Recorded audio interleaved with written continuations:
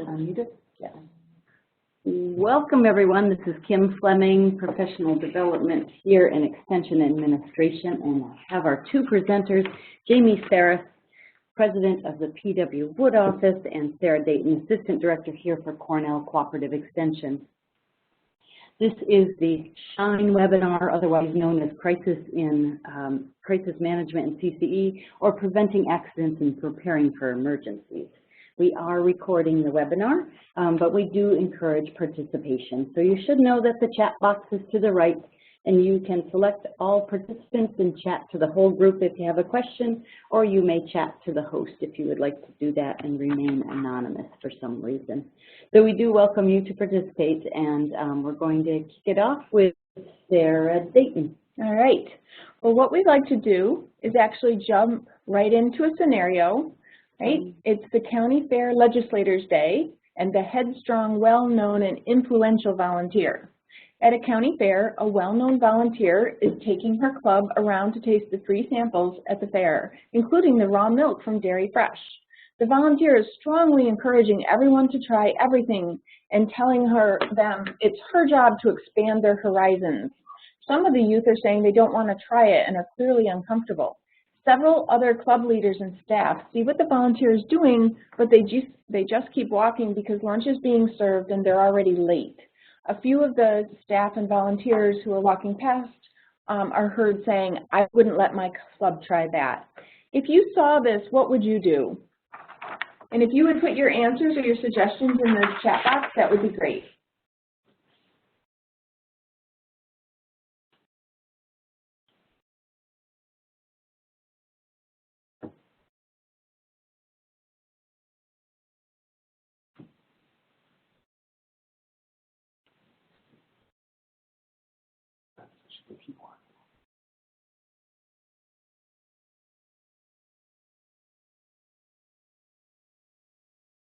Any other suggestions about what you would do with a situation like this? All right, Renee's saying, we'll say to the volunteer, hey, while everyone breaks for lunch, let's chat.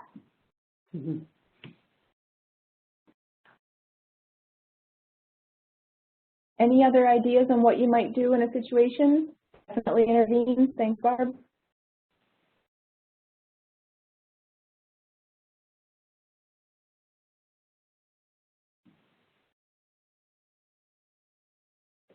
All right, so people can continue to enter their ideas in the chat box. It's really very helpful. Jamie and I have had a number of situations where things have happened in a fair event, in a youth event, in an adult event, and oftentimes what happens is people aren't sure if it's their responsibility to step in. Sometimes they don't want to embarrass the person. Maybe we're not sure of what the rules are, or it might be that we don't like what's going on, but we're not sure who's in charge. And I really appreciate the suggestions. Go to your executive director if you're not sure what else to do. I appreciate the person who's courteously thinking about pulling the volunteer aside. Definitely want to intervene. It doesn't have to be discourteous. But that other aspect of it that I sort of prep this with is that it's the County Fair Legislators Day, so there, it's high risk. There might be photographers. It's high profile, and also this is a very influential volunteer, and sometimes that has an impact on us about being uncomfortable about stepping in or embarrassing someone. And I really appreciate pulling the volunteer aside and explaining we can't have participants sampling milk because it's actually on our prohibited list because it does provide some danger to individuals, and really stopping and speaking with the volunteer and making sure that we just want to disrupt this particular situation.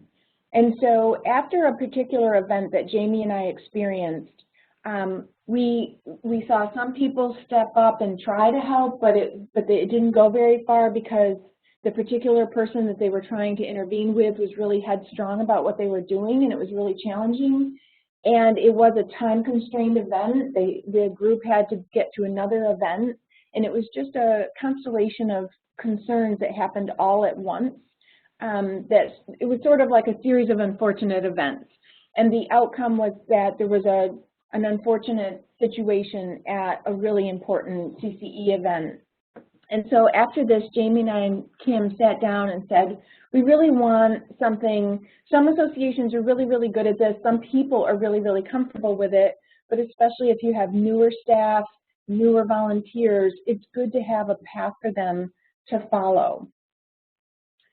So what we came up with is this plan to take the time to review the need for good event prep, making sure you're ready to go, who speaks to whom, who's in charge of the event, what's the communication plan, all of those aspects of a program.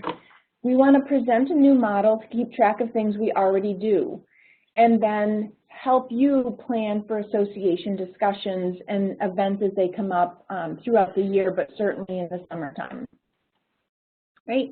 But it's important to realize that when we go into this, we have certain assumptions about how people behave and what our events are like. There's an assumption that everyone is alert to their surroundings, and the reality is that isn't always accurate. People are distracted by their phones, they're distracted by pets, they're distracted by small children, noises, an exciting event, a large crowd of people, all of those things.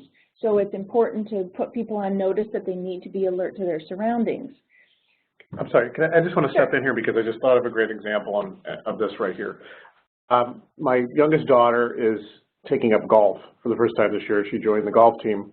And of course, as most young teenagers do, she didn't want her parents at all to show up and see any of this golfing that was going on until finally last night she texted me and said, Dad, it's our last match. I'd like you to come watch golf. So I went to, and of course everyone's trying to figure out why is golf involved in this. And I get to the aware of the surroundings piece of this because I went and watched and observed and just walked with them as they played, and occasionally would offer bits of advice, but nothing, tried to stay out of it. But where I did step in was these were new golfers playing, and the girls were so focused on doing their golfing, they weren't paying attention to the other two people golfing with them. So very often they would walk in front of the other one when they were getting ready to hit their golf ball, or just not aware of, oh, I can't stand at the flag stake if golf ball, my teammate is hitting out of the sand trap because that could go terribly wrong. So it was called golf, I called it course awareness, and also aware of where the other golfers are on the golf course and where they're hitting. And when they're so determined to get to their golf ball, they're not paying attention that they're walking in the line of flight of some other golfer out there. I say this jokingly, but there can be terribly tragic results off of this. So I wanted to say that because this alert to their surrounding situation is also a level of comfort people get to as they get in those surroundings more often. Your vision sort of opens up to seeing the other things around you as opposed to, I got to do this one job and I need to focus on my one job. So I think, there's lessons to be learned as what is the veteran capacity of this group we're in? What is the leadership? What is the past history of it? Do I have experienced people in this group? Do I have brand new people in this group? So these are the things we talk about, being around, aware of their surroundings, because as people become more comfortable, new volunteers versus older volunteers, they become more adept at dealing with situations or more aggressive at dealing with situations, depending on how you want to look at that. So that was just a little bit of a metaphor story I wanted to bring out to kind of get awareness on this particular, which is a huge component of this, is just being alert to our surroundings. What's happening on around me, and how does it affect what we're doing, or how does it affect what other people are doing? So sorry about that, Sarah. Please. No, it's really good. And it leads us into our second one, which is staff, volunteers, and participants have been oriented to event and space. And we do have an expectation as an organization that we are orienting everyone to the space so they're not doing what Jamie's talking about of just focusing on their one piece of it and not realizing there's a larger picture with moving parts and cars and animals and small children.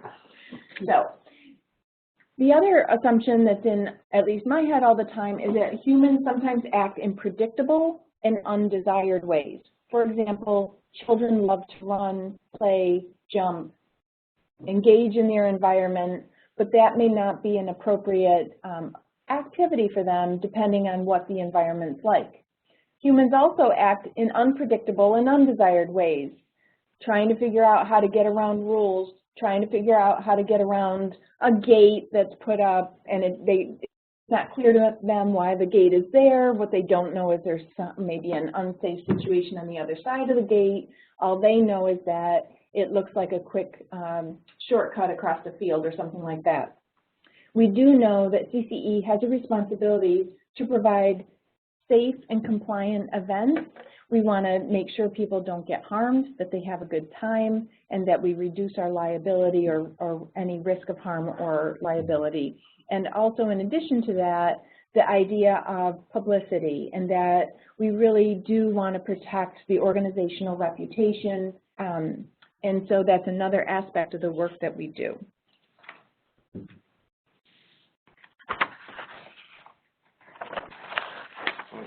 So that's led us to, you know, as most organizations do, we look at how we can adapt something, a catchy acronym that can help us remember what we need to do in these times. And we have several iterations of this, but we eventually landed on SHINE.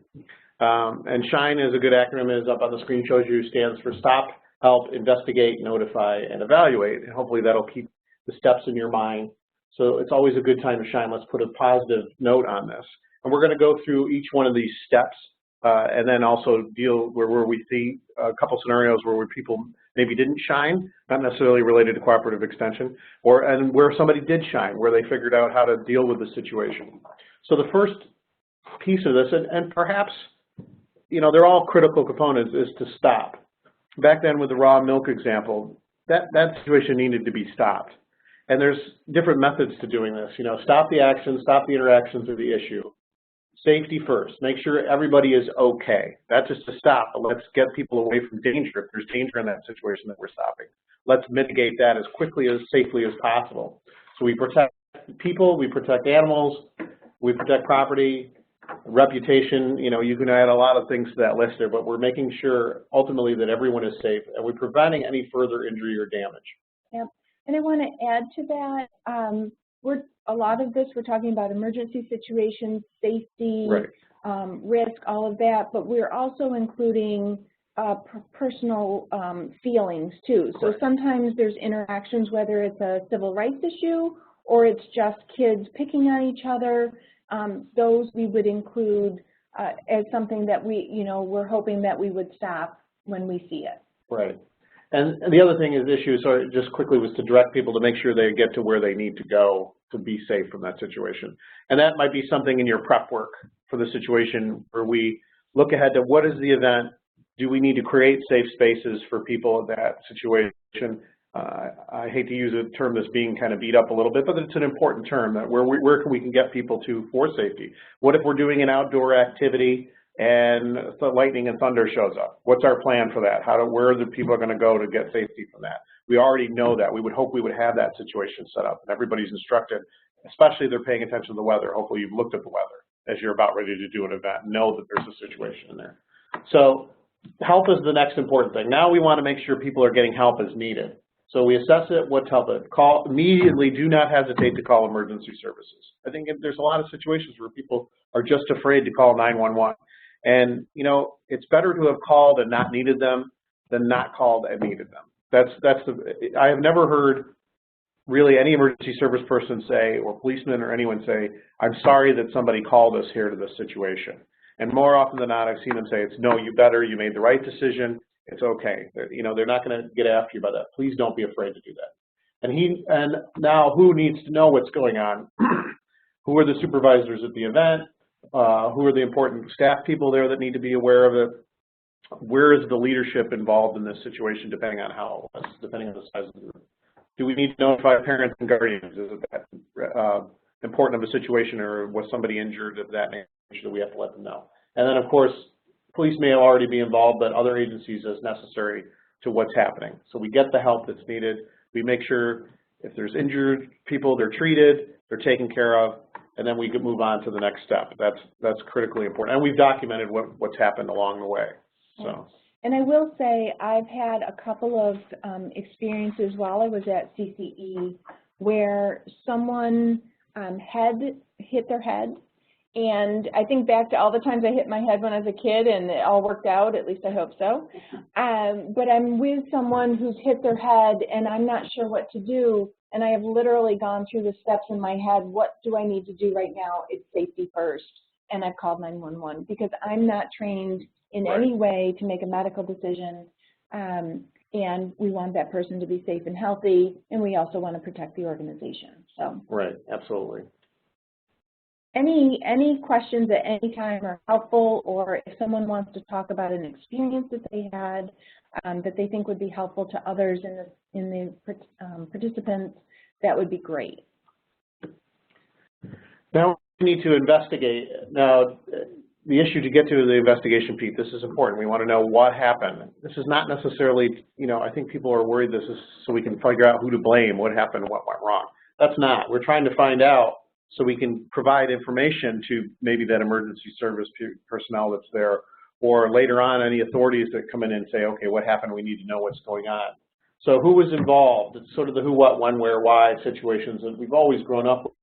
You know, who was involved? What was happening? What was going on? Was it part of the event? Was it outside of the event that we were organized? Did it have something to do with the facilities we were using?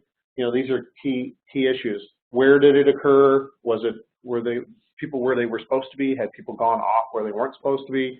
So was there a lack of supervision or something that happened there? When current event occurred at any historical events, is there something that led up to it? I mean, somebody could be sick and ill and it might not have anything to do with the event. You might be just finding out, oh no, they ate a bad lunch earlier that day and came to this event and now it's hitting them or something. Or they were stung by a bee, which had nothing to do necessarily with your event, but they have an allergy to the bee, you know, bee stings, that sort of situation. And why did it occur? You know, I sort of got into that just there. What happened that created this event that we had this? You know, most accidents are accidents. I mean, it happens. And they're preventable, but not necessarily at that particular moment. It might be in the future. We need to know, did that happen so we can make sure that doesn't happen again? So these are key issues. And then making sure you're documenting this as it happens. You're putting down as much information in the moment. You're getting as much statements from people that were there in the moment so they're fresh. It's difficult for people to go back and recreate. The one thing is great, depending on the event, we have these incredibly powerful computers on our pockets and our hips with the ability to record information and document information. Try to use them to your best advantage. Hopefully they weren't part of the problem in the first place, you know, when dealing with that. Mm-hmm. So I had an experience early February, I think, where we did have an individual who was at one of our events. They ended up fainting. We ended up calling 911. But when the immediate incident occurred, someone came and got me to be there to observe. The helpful thing for me is that I don't get, you know, overly concerned about the person. It's a process for me. It's something I have to help make happen. I have to be observing what's going on. And then I was later in a position where I had to write a report about what happened. So while I was experiencing this, I talked to the people who had been seated next to that individual who fainted. What did they observe? When did they see it? Did they see this person hit their head? What else was going on in the room? You know, I had observed that person earlier in the day, and they had seemed fine. These are all things that I had to add to the report that I had to do for the university, just as you would do this for PW Wood. And some of those things go into making a determination if it's a workers' comp claim or if it's just another insurance aspect rather than workers' comp. It might go to the individual's own insurance. This is a really important aspect when you're thinking about who's in charge of what, who has responsibility for what. Some people handle a crisis better than other people. The person in your office who remains calm, cool, and collected may be a really good person if they're available to help manage in a crisis, keeping things calm, keeping people directed in the right, you know, the right path of who they should speak to and what should be done. Because if people are getting upset, you know, I know people who faint at the sight of blood probably do not want them involved in helping with this. So it's not a bad thing to take a moment in your association when you're prepping for these events and just ask people what's their experience in handling a crisis and what do they feel their response is. I know 2 people in my life, family members, who would say, keep me away from that. I don't want to see any of it. I will be in the back office with, you know, doing whatever else needs to be done. So the next aspect of this, as we said, and this is, again, I go through this mantra in my head, safety first, event second. I think about reputation. I think about publicity. Oftentimes on the university campus, one of the things they ask is, you know, what happened? Is there any chance anybody recorded it? Is there any liability for the university? And obviously they know I'm not an attorney, but they're just trying to get my sense of what happened and what the points of vulnerability might be. And this is important for us to think systematically about those same topics.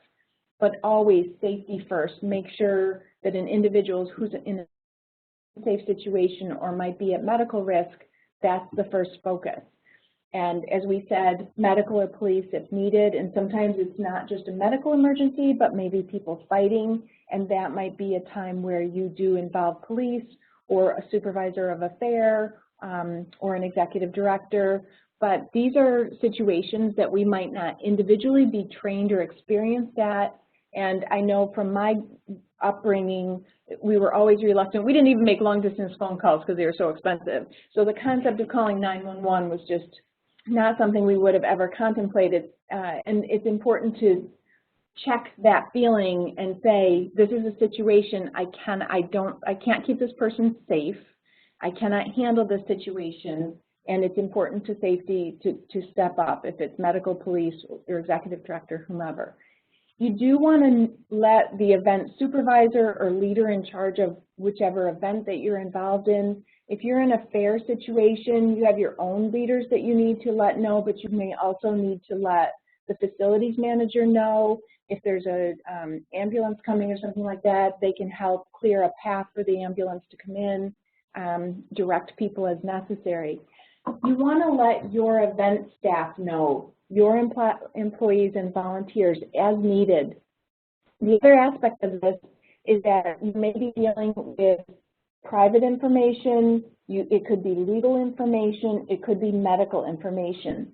This is on an as-needed basis, so we should not be sharing, oh, so-and-so just had a heart attack, or I think that somebody might have just groped somebody. These are not the kinds of pieces of information that we would share. It's perfectly appropriate to just say we had an unfortunate incident or we had an incident and we're just managing it. I need to let you know so-and-so and their family is going to go home for now. So if they were covering something, we'll have to reassign those duties. You absolutely need to let your executive directors know.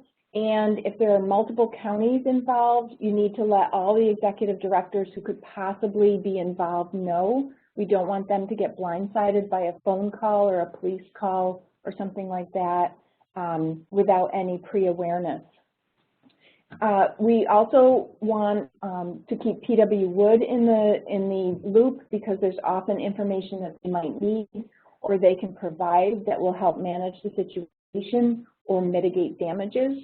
Extension administration, I'm available 24 hours a day, 7 days a week. My cell phone is published everywhere. I do take calls in the middle of the night.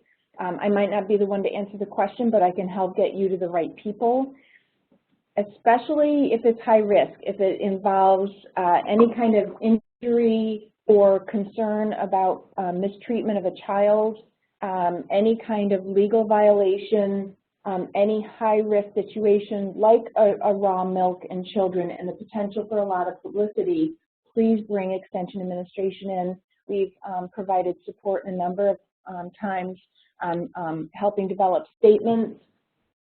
So just we're available to you, but also the university would very much appreciate being brought into the loop so that we can prepare if we need to.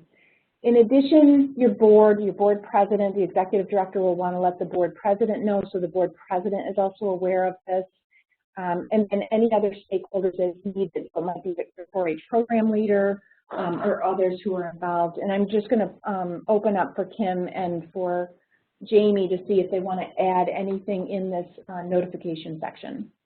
No, I think that's good. And also, our office is also 24-hour notice. Please call. Give a service to contacts as necessary. You can get a hold of me, you can get a hold of Karen, and we can also help in the situation on that basis. Don't be afraid to call and let us know. Something happened. We can help you deal with that. We can help to guide you. We can offer advice. We can provide you resources as needed depending on the situation. I think we're talking about, unfortunately, it lends itself, this topic, to the sort of the worst case scenario. We've got something really horrible happen, so we have to think about all the ways that we're now exposed, or the organization is exposed to some sort of legal or political or legislative or regulatory liability involved on this. It usually has there's a big name attached to this organization. The reputation of the organization is good. So it's important to understand what's happening. I'll give a good example here really quickly. Unfortunately, we had the tragedy in Sandy Hook a few years ago in the shootings. One of the newspapers in New York City took it upon themselves to comment on how 4-H trains kids how to shoot guns. And they asked for commentary on it. Fortunately, they got a hold of some really good people in our organization that are well aware of the shooting sports program that we do, and we were able to walk our way through it and talk about it with them and how to handle the PR, how to handle responses to these questions. We had another issue, another interesting, where some animals got out in a local area, and the only way to get these particular animals, they happened to be buffalo, it was a wild herd of buffaloes, they had to eliminate the animals, because once, if you know a lot about buffalo, it's actually hard to contain them as it is.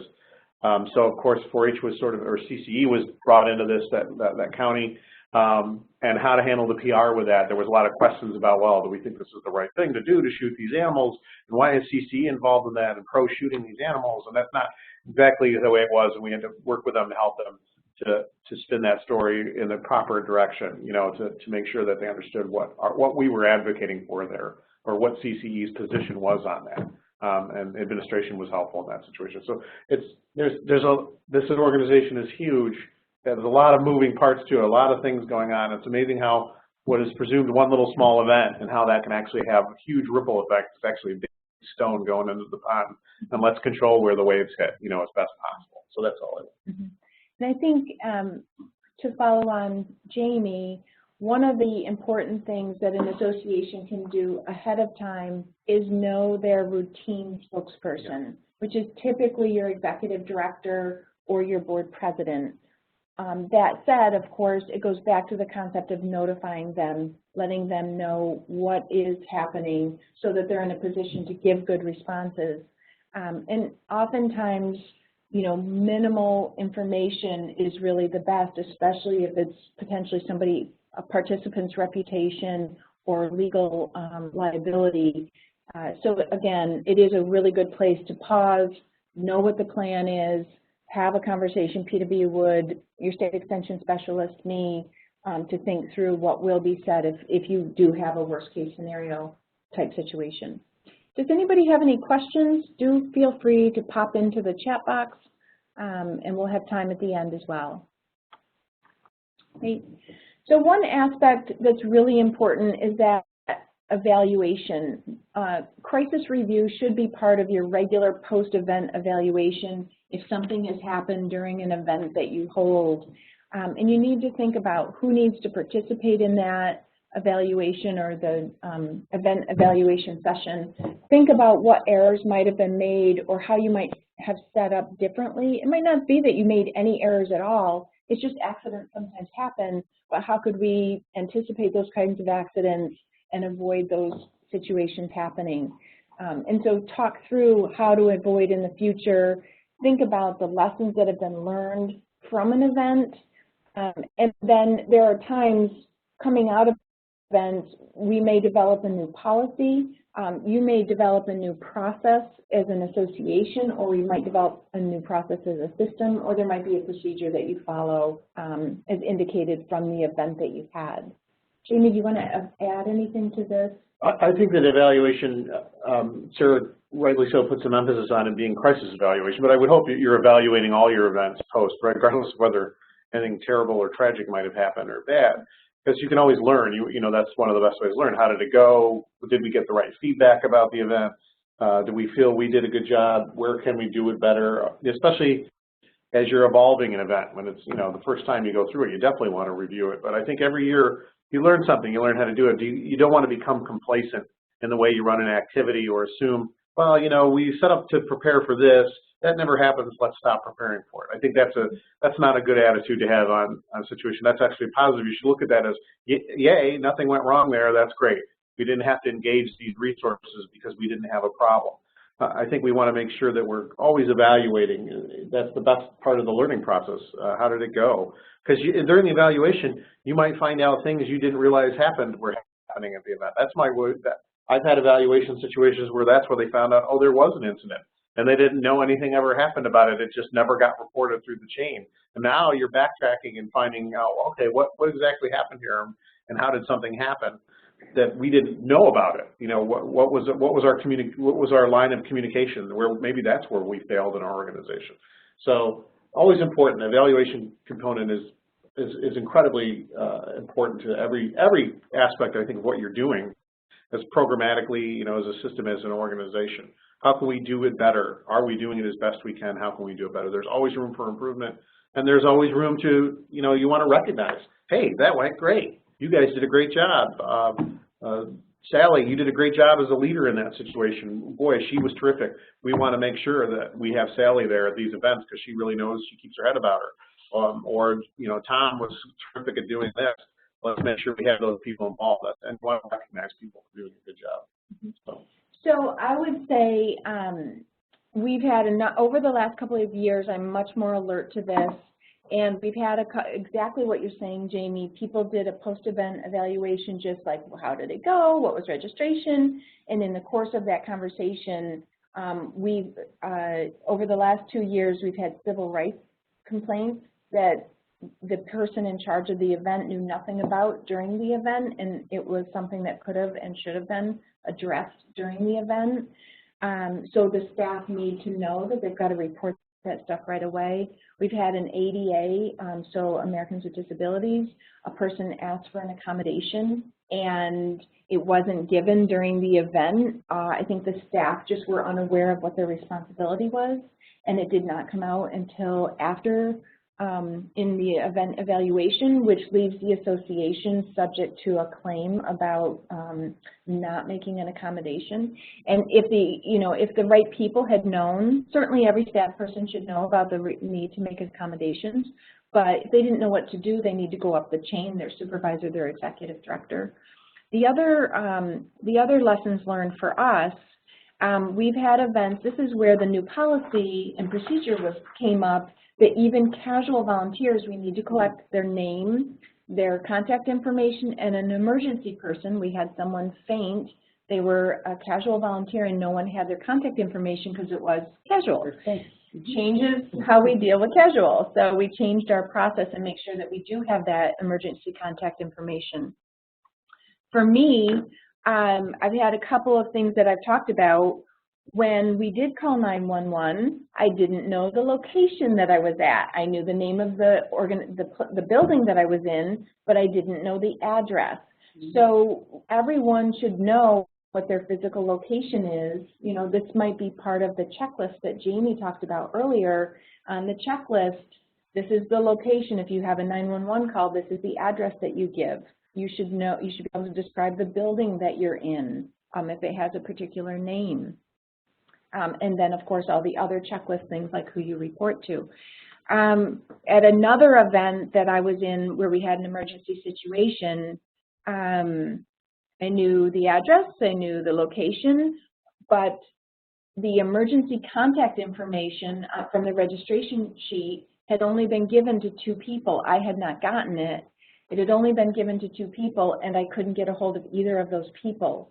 So I was in a situation where I am scrambling to get into the computer system, VPN in, and try to get an emergency contact number in the middle of the night. Not where I ever want to be again, and I can guarantee that I'll never be in that situation again. We've already instituted a new procedure here in response to that particular event. So those are the kinds of things, those are my lessons learned in going through just a couple of incidents, realizing that I wasn't as fully prepared as I needed to be. Renee is saying in her last job, They did a regular post-disaster evaluation. It was called a hot wash. I like that very much. The first or second time we'd do them with staff and volunteers new to the process, and they were hesitant because they were afraid they'd be criticized. Once they got comfortable with the process and it was a regular event, they'd often drive the what went well, what could we do differently conversation. That's a great example, and it's very similar to what's done in hospitals now. It's really so important that we identify the places where we haven't done as good a job as we need to. People need to know it's not a blame and shame experience. It's what went well and what do we need to do differently. And so the way that you cultivated that environment and make sure that volunteers and others feel warmly welcome to share those experiences, that is going to strengthen the organization. It's so very important. That's Renee, thank you very much for putting that up there. I think that's the key situation there is you'll see that we've spoken about events here, we've spoken generally, we haven't named names, we haven't talked about it. I think it's always critical to go into it positively. Let's evaluate this on a positive basis. Absolutely. What did we do well? Where were areas that we could do correction? Not necessarily who do we need to correct, what needs to be corrected, what action? Not necessarily, don't blame the person necessarily that did something. Let's talk about the action that happened first. If there's a situation there needs to be discipline or something happened because somebody completely failed in what they were doing, that's handled at a higher level than I think an evaluation meeting. Other than, that's at the executive director and the leader position. Let's deal with that there, making sure we're protecting, because we don't want to create another incident or another issue in the evaluation process of what was happening. So you have to be careful about that. But I think it's very important. You always want to be positive. People make mistakes. We're human beings. I make mistakes. Kim makes mistakes. Kim doesn't make any mistakes. Sarah makes mistakes. But yeah, so it happens. You work through that. You reevaluate. Say, okay, what did we do there? And people should not be afraid to say, I could have done something better here, knowing that they're going to get positive feedback about, yeah, Sarah, this is how I can help you do that better. Did you know this was available? And maybe they didn't know that was available. Then you look back, oh, did we not communicate something correctly? So let's look at it systematically. Let's not look at it individually to try to make corrections there. Very good. Thank you, Renee. That was terrific. Yeah, and to me, it feels like there's always, there's that personal concern about like what I did wrong and I don't, or not wanting to get someone else in trouble. And I really do understand those feelings, and I even go through them myself, like, oh, what do I do with this situation? But our responsibility is to the safety of the participants and to the organization. And if someone's made a mistake, they've made a mistake, and we'll just address it and move on. And there have been times where I've thought, is this something I really need to report up the chain? But I know if I don't report it, and somehow there's some aspect of that event that I didn't know about, and maybe the situation was more serious than I was aware of, then I now am part of the problem. I didn't report something I should have reported, and I can have culpability in a particular situation. And I think the concept of simply fostering that environment where we just hash our stuff out, and people will come to me and say, I'm really sorry I made this error, it's going to cost money, or it's going to be liability. The deal is it is what it is. It's happened. We have insurance. If we made a mistake, we'll acknowledge it. We'll figure out a better process and move on, right? And I think that's just a really hard concept for a lot of people to get, and especially volunteers. They're oftentimes fresh, or they might have been here a long time, and their reputation with the organization is really important to them, so it's hard to acknowledge an error. And we have tons of new staff. So we are in a pretty dynamic environment where the fostering of that environment and the fostering of an understanding a process. So SHINE is a process. Your association may have a process that you have, it's in place, you like it. We're not telling you you have to adopt this one, but having a process that works for your organization is the most important piece of this. So in getting ready for this, as Jamie said, no reason to pull from our own stuff, because it is really important. We don't share names, we don't share which association. It's really about taking the lessons learned. And so I looked at a couple of things that really caught my attention, and the whole airline industry is an organization or an industry that has really dug deep into this. And, you know, there's so many stories about how a co-pilot didn't speak up about a problem and the plane crashes. We don't want to be in that situation. Fortunately, we do not have planes. They are not on the approved list. No. I'm saying that now. So, you know, from the airline industry, they've really learned technical improvements from a disaster in 1982. People weren't communicating with each other. It had to do with the de-icing of the plane. Some people observed problems, but they didn't communicate them to others. And so one of the things that came out from that is really understanding the role of the pilot in crisis management and making sure that all staff are trained and ready for multiple emergencies. Think about what could happen, what will you do in those types of situations. We certainly have enough experience to talk about within each association, kinds of things that we're aware of, and then what policies and procedures do we expect people to follow. And when you look at what happened, the miracle on the Hudson, when Sully landed a plane on the water, he was calm, cool, and collected. He knew what to do. He had practiced it in his head 1,000,000 times. His crew knew what to do. They knew how to manage the passengers, and 155 passengers and the crew were all safe. They lost like their shoes, okay? But everybody was okay. There were maybe some frostbite injuries. But very minimal yeah. injury in that situation. It was incredible. Yeah, so we know that emergencies will happen. It is bad luck sometimes. Sometimes it's bad preparation, but we want good preparation to be ready to have good outcomes. So important, stop, help, investigate, or incident report, notify and evaluate. And that is one quick approach to communicate to volunteers and staff. And SHINE is a great acronym. I think most people can remember that. I had another one, but nobody lets me use it. Everyone has a role in this, from the front desk person who's not even at the event, every person who's there. That preparation is absolutely key. And we've just given a few examples of what we learned from some of our incidents. And now we turn it to you for questions about things that you've experienced and what you might want to do differently. Any questions or experiences that you want to share that would be helpful to the group would be great.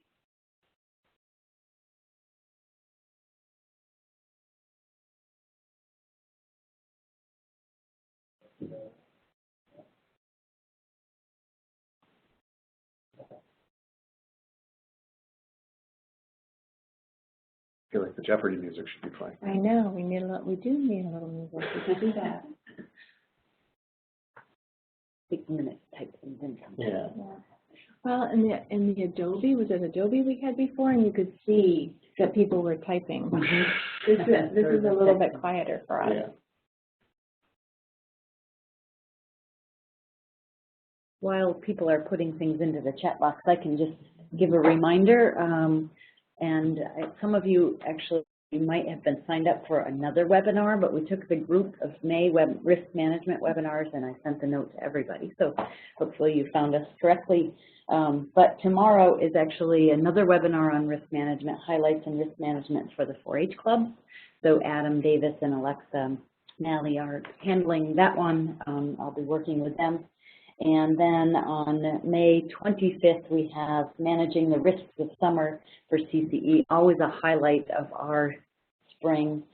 Jamie will be presenting that. And there are some updates there, so do tune in. Some of you may have seen that presentation before, but we definitely made some changes. Yeah, there are some changes. In the policies and in the procedures and in the slides. So there'll be some updates with that one too. And we're trying to record all these, so there will be just a reminder as you're coming up with your questions, comments.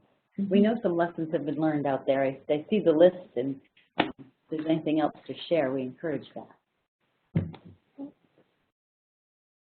We also got through this whole presentation without mentioning Form Code 1501. Is that intentional? No. No, I think it's just, I mean, I just really appreciate people participating in this. I think it's so important to always be thinking about, you know, all the things that could go wrong and how we'd handle them.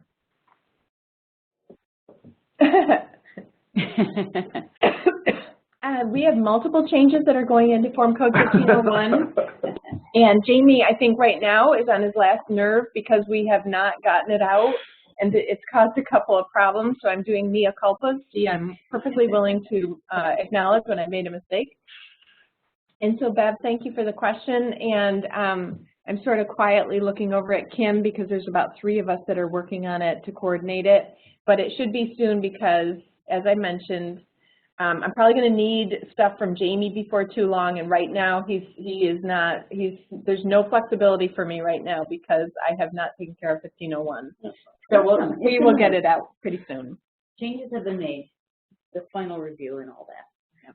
Yep, and I know it's a challenge. It's a challenge to know about all the changes. All right. We also talked a lot about volunteers today, and just to refer back to April 20th webinar, we'll get a recording of that up, and these are all on the course pages on the organizational development staff site. But we do have the tender care of the challenging volunteer recorded. Well, slide handouts up there now. Always answer your question, Bev. It's a quick email or phone call to our office. We're happy to answer 1501 questions. Same for Sarah and Kim can try to guide you to get to a response. So there are some updates to various areas. We do have some. I didn't want to get into this too far. We do have some contractual updates that are coming through. We've updated. So what we're doing on those is as people bring them in, we'll kind of say, hey, by the way, use this form now. And there's some updates to those areas. So yes, just always you can call me anytime. You can. I think Karen would love to hear from you guys. So just please go ahead. Just send a quick email if you have a question. I don't see it now. Just want to make sure there's no change. You know, you can send an email or whatever. That's great. Yeah. Yeah. Yep. So, and I think the ones that are in my head specifically is an update to the dogs list, and then the when you're contracting with someone to do services, there are some yeah, we've made some changes to the outside vendor forms. And so when you send those to the contractors, when you send those contracts into PW Wood, they're getting caught that way. Yeah, we're sort of saying, okay, that you can use this form this time. We're updating this as the new form. It's kind of how we've been working with it. So. Yeah. Thank you, Bev. And that ties in with the May 25th webinar, the risks of summer. Some of that does. Yeah. All right. All right. Well, thank you all so much. Thank you, Jamie, for joining us today. Thank you all. And we'll see some of you next week. All right. Or tomorrow. Thank you. Thank you. Take care, everybody.